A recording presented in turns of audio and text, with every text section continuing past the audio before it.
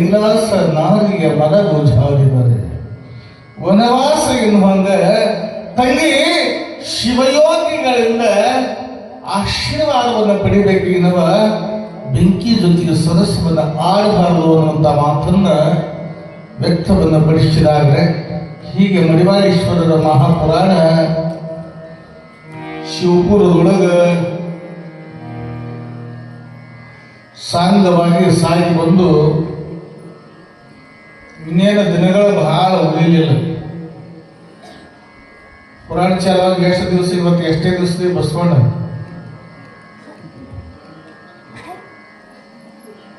ಅಫಜಲ್ಪುರ ಭಿಕ್ಷೆ ಬಿಡಿದ್ರಿ ಮತ್ತೆ 12ನೇ ದಿವಸ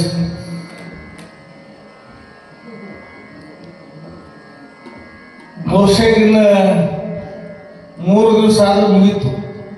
ಬಹಳ ದಿನ ಇಲ್ಲ, 3ನೇ ದಿನ 4ನೇ ದಿವಸ ಸಜ್ಜು ಪಡಿ ಮನೆಗೆ ನಡಿ. ಇಲ್ಲಿ ಹೋಗೋದು ಸಜ್ಜು ಪಡೆಯೋದು ಮನೆಗೆ ನಡೆಯೋದು.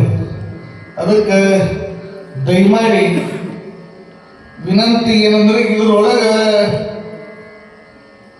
108 ಮುತ್ತೈದೆಯರಿಂದ ಕುಂಭ ಕಳಸ ವಾದ್ಯ ವೈಭವದಿಂದ ಮೆರವಣಿಗೆ ಅಂತ ಬರ್ತೀವಿ.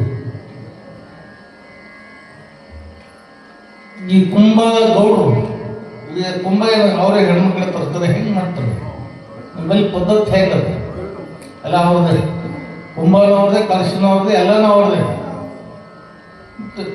ಎಲ್ಲ ಅವ್ರದೇ. ನಿಂದೇನದು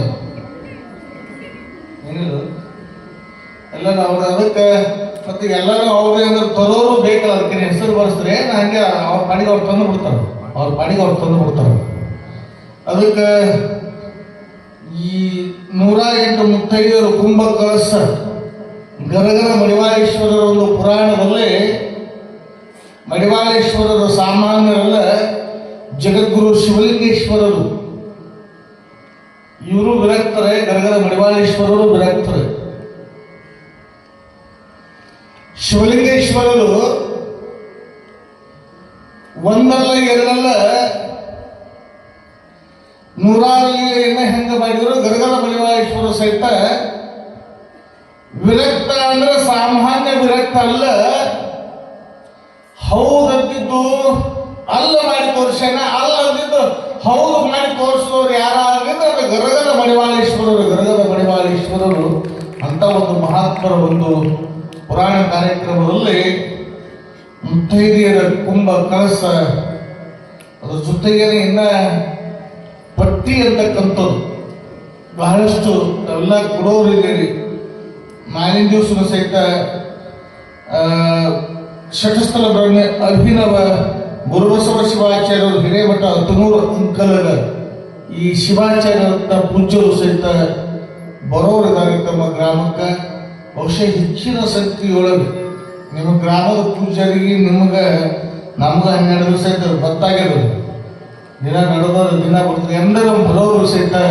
ಬಹುಶಃ ನಮ್ಮ ಭಕ್ತರು ನೀವೆಲ್ಲ ಕುಡಾಕ ಕಡಿಮೆ ಇಲ್ಲ, ಉಳಿಸಾಕ ಕಡಿಮೆ ಇಲ್ಲ, ಎಲ್ಲದಕ್ಕೂ ಈ ಕಡಿಮೆ ಇಲ್ಲ. ಏನಪ್ಪ ಅಂತ ಪುರಾಣ ಇಲ್ಲೇ ಭಾಳ ಚಂದ ಕೇಳ್ತದಂದು ಕುಂತೀರಿ. ಬಹುಶಃ ನೀವು ಕುಡಾಕ ಹೆಂಗೆ ಕೊಡ್ತೀರಪ್ಪ ಅಂದ್ರೆ ಕೇಳಲಾರ್ದಂಗೆ ಕೊಡ್ತೀರಿ. ಇವತ್ತು ನೋಡ್ರಿ ಅಲ್ಲಿ ನೀವು ಕೂತಿರಲ್ಲ, ಬಾಜುದ ಜೆಂಡಾ ಇರ್ತಾರೆ, ಜೆಂಡಾ ನಮ್ಮ ಮಹಾದೇವರು ಅದಾರ, ಮಹಾದೇವರು ಮಾನ್ಯ ದಾಸೋಹ ಮಾಡಿರಲ್ಲ, ಅಡ್ಯಾಸ ಜಮಾದಾರಲ್ಲ, ಜಮಾದವ್ರು ಮಹಾದೇವ್ರು ನೋಡ್ರಿ.